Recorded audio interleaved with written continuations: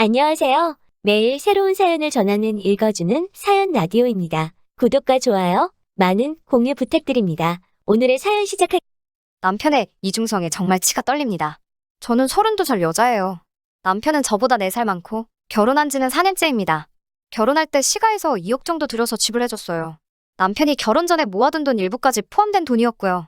집을 알아보는 동안 의견 차이가 있어서 결혼하고 나서 반년 정도는 월세방을 구해서 살림을 시작했습니다.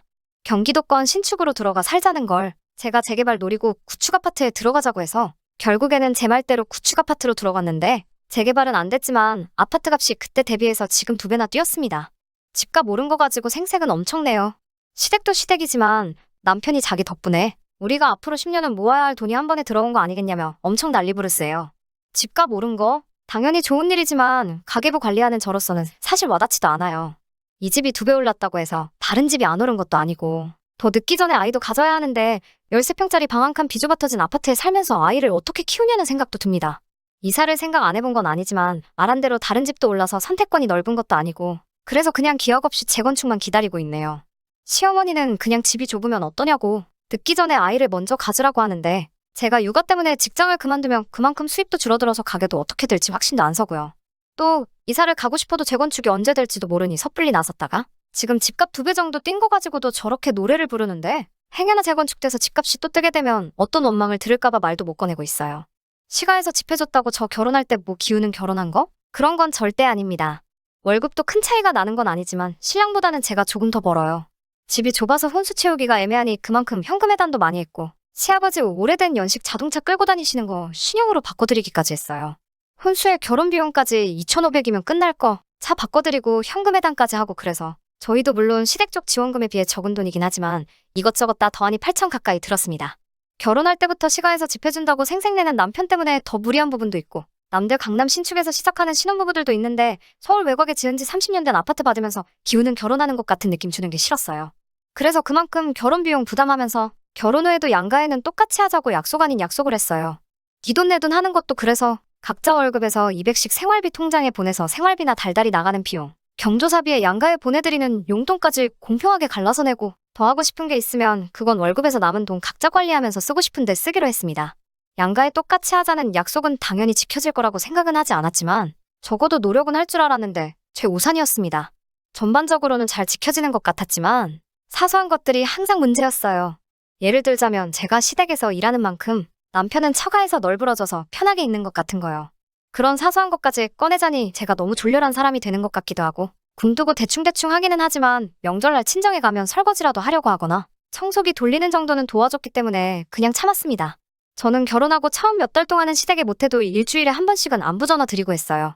그런데 어느 날 친정아버지랑 통화하고 있는데 우리 사위도 잘 지내지? 하고 물어보시더라고요. 저는 남편이 당연히 알아서 안부 전화 정도는 드리고 있는 줄 알았는데 결혼하고 몇 달이 지난 상황인데도 단 한 번도 먼저 연락한 적이 없다고 하시더라고요. 어이가 없었지만 그것도 그냥 넘어갔습니다. 대신에 저도 그날 이후로 시댁에 안부 전화를 한 통도 하지 않았어요. 어느 날 남편이 시어머니 연락을 받았는지 저한테 와서 묻더라고요. 왜 요즘에 우리 집에 안부 전화 안 드리느냐고요. 당당하게 안 한다고 대답했더니 이유도 묻지 않고 저를 가르치려 들었어요. 자식이 결혼했는데 어떻게 지내는지 궁금해하시지 않겠냐고 자식된 도리로 전화를 드려야 한다고 하는 거예요. 여태 나 혼자만 시댁에 전화 드린 건 생각도 하지 않고 시부리는 게 너무 화가 나서 괜히 시비가 걸고 싶어지더라고요. 그래서 신랑에게 왜 자기 집에 내가 전화를 드려야 해? 라고 못 알아들은 척 물어봤어요. 자식된 도리 어쩌고 하면서 방금 했던 말을 그대로 재방송을 하더라고요. 그래서 대본에 저도 나는 우리 부모님 자식이 아니라서 오빠가 전화 안 드리는 거였어? 라고 되물었어요. 그 말에 신랑이 인상을 있는 대로 치푸리면서 장모님께는 제가 전화드리면 되지 않느냐고 하더라고요. 지가 전화 못하는 건 아직 어색해서 조금 불편해서 그런다고 하면서요. 그래서 저도 시어머니하고 전화하는 거 어색하고 불편하다고 무슨 말 하는지 다 이해한다고 말하고 앞으로는 저는 친정에, 신랑은 시가에 각자 부모님께 알아서 안부 전화드리면 되겠다고 빈정대면서 이야기했어요. 그때 처음으로 남편이 본심을 말했습니다. 어떻게 부부가 똑같이 하냐고 네가 하는 게 같은 여자끼리고 더 살가우니까 더 좋아하실 거 아니냐고 하더군요. 그걸로 한참을 네가 하네 내가 하네 싸우다가 신랑도 고집 부리고 결국 결론이 안 날 것 같아서 그냥 앞으로 전화는 각자 부모님께 알아서 하는 걸로 이걸로 다시 이야기하지 않기로 확실하게 못 받고 마무리 지었습니다. 그렇다고 진짜로 아예 안 한 건 아니에요. 처음처럼 매주 연락드리는 건 아니지만 가끔씩 안부도 묻고 하고 있어요. 최소한의 도리라고 생각하거든요. 남편은 그 뒤로도 아니, 아예 결혼하고 단 한 번을 우리 부모님께 먼저 연락드린 적은 없지만 퇴근하고 같이 있을 때 한 번씩 전화 바꿔주고 하니 그냥 그걸로 하고 있다는 셈 치고 위안 삼으려고 했어요. 아무튼 사건은 최근에 벌어지게 됩니다. 제가 회사 생활 5년간 하면서 한 달에 5만 원씩 따로 적금을 들어놓은 게 있어요. 어머니 환갑 때 지중해로 크루즈 여행 한번 보내드리려고요. 그 적금이 만기가 돼서 잠깐 예금 통장에 들어왔어요. 이자 조금 해서 돈이 어느 정도 목돈이 되어 있더라고요. 어머니 환갑까지는 몇 년이 더 남았으니 새로 적금 가입하고 요즘 시국도 시국이고 지중해 크루즈 여행이 생각보다 비용이 비싸서 몇 년 더 모아야겠더군요. 그런데 남편이 통장 조회를 했는지 이 돈이 뭐냐고 물어보더라고요. 엄마 환갑 때 두 분 크루즈 여행 보내드리려고 모아둔 거라고 결혼 전부터 모으고 있던 돈이라고 말해줬어요. 그랬더니 우리 부모님은 어쩌고? 이러고 있더라고요. 시어머니랑 저희 어머니랑 동갑이시거든요. 그래서 그거야 오빠가 따로 부모님 환갑 때 하려고 준비한 거 있을 거 아니냐고. 그걸로 보내드려야지 했지요. 그랬더니 자기는 따로 모은 게 없다고. 이 집 살 때 전 재산 다 쓴 거라고 하더라고요. 아직 양가 어머님 환갑까지는 시간이 있으니까 그럼 지금부터라도 모아서 어디 가까운 일본 료칸 여행이라도 보내드리면 되지 않겠냐고 했어요. 그랬더니 대번에 니네 엄마는 크루즈 여행 보내고 우리 엄마는 온천으로 때우려고 하는 거냐며 성질을 박박 내며 뭐라고 하네요. 어이가 없어서 나는 이거 결혼 전부터 계속 모으고 있던 거라고. 내가 우리 엄마 아빠 보내주려고 모은 걸 왜 나누냐고. 시부모님 여행 보내드리고 싶으면 지금부터라도 열심히 모으라고 했어요. 그랬더니 대번에 결혼 전이래봐야 1년밖에 더 되냐고. 결혼하고 나서도 모아왔으니 그건 엄연한 횡령이라고 하면서 입에 거품을 물면서 발악을 하더군요.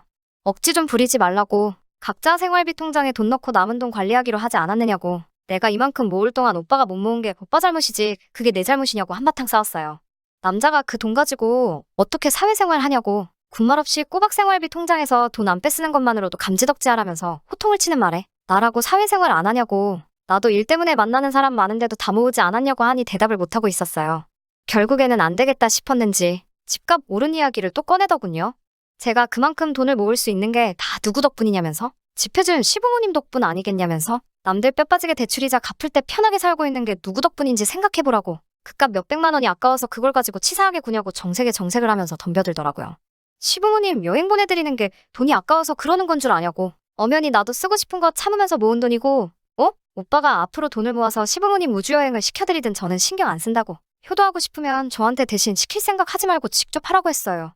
너 잘났다라면서 네 맘대로 하라고 하고는 기어이 그날은 밖으로 뛰쳐나가 외박을 하고 들어오더라고요. 카드 내역 보니 친구들 다 불러서 술까지 쏘고 잠도 숙박업소 가서 자고 온 것 같은데 그렇게 쓸 돈 20번만 모아도 지금 제가 모은 만큼은 우습게 모았을 텐데 하는 생각에 참 한심하더라고요. 진짜 문제는 얼마 지나지 않아서 생겼어요. 명절날 친정에서 저녁 식사하고 나서 텔레비전 채널 이리저리 돌리다가 볼만한 게 없어서 옛날 드라마 재방송 보고 있었어요.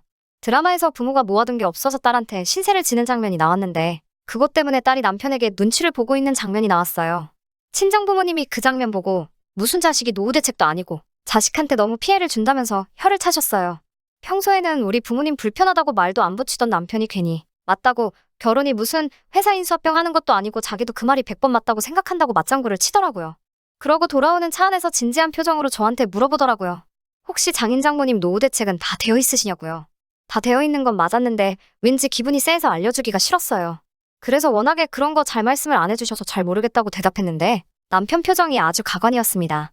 그러고 나서 하는 말이 노후 대책이 안 되어 있으면 큰일인데 이러면서 걱정하더라고요. 그게 무슨 뜻이냐 물었더니 앞으로 큰 집으로 이사가면 시부모님을 모시고 살 계획이었는데 장인 장모님이 노후 대책이 안 되어 있으면 어떡하냐고 원망하듯이 말하더라고요. 시부모님을 모시고 산다니 그건 결혼 전에도 하지 않은 이야기고 양가 똑같이 하기로 하지 않았느냐고 따졌어요. 나도 맞이인데 노후 준비가 돼 있으신다고 한들 어디 아프시기라도 하면 그게 시부모님이든 친정부모님이든 자식들이 모셔야 되는 게 도리이지 않느냐고 했더니 또 정색을 하면서 집값 오른 이야기를 또 꺼내더군요. 우리 부모님이 집 해주지 않았냐고 친정에서는 해준 게 없지 않냐면서 당연히 집값을 내준 만큼 노후 준비를 못하신 게 맞으니 시부모는 우리가 모시고 사는 게 맞다는 논리를 펼치더라고요. 친정에서 비교적 적게 한 건 맞지만 친정부모님 노후 준비는 이미 제가 시집가기 전에 다 끝난 상태였어요. 남편은 말도 안 되는 소리 하지 말라며 그게 결혼 전부터 준비된 건지 아닌지 자기가 어떻게 믿냐고 남편하고 집에 오는 차 안에서 시부모님을 모시네 만해가지고 한바탕 하다가 결국 남편이 그럴 거면 갈라서 자면서 이혼 이야기를 먼저 꺼내더라고요. 단기간 결혼을 한 경우에 재산 분할이 각자 해온 것을 회수하는 식으로 진행되는 걸 알고나 있냐고 이혼당하기 싫으면 자기한테 잘하라는 듯이 이야기를 하더군요. 혼수면 시아버지 바꿔드린 차를 가져온다고 해도 감가상각이 적용되기 때문에 제가 손해볼 거라는 걸 알고 이혼하자는 말에 겁먹을까봐 꺼낸 말 같았어요. 그런데 매번 이런 식으로 대화가 오고 갈 때마다 집값 오른 걸 가지고 생색내는 것도 짜증나고 더 이상 견디기 힘들어서 저도 같이 이참에 아예 갈라서자고 했습니다.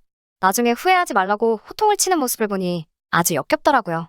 얼마 뒤에 이혼 전문 변호사를 찾아갔는데 제 경우에는 남편이 알고 있던 사실하고는 조금 다르더라고요.